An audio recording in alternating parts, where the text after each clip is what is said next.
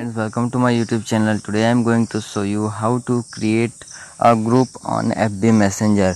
If you want to create any group on FB Messenger, first of all go into FB Messenger app. Now go into your FB Messenger app. Now here you have to click on this pen button. Now click on this pen button. Now you will see at the top create new group option. Now just click on create new group option. Now just invite persons whom you want to add in this group, and like this, and now click on next. After clicking on next, group name, now enter group name.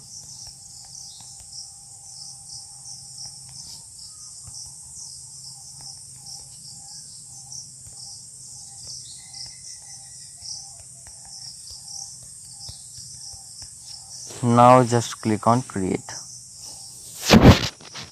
Now your group has been created.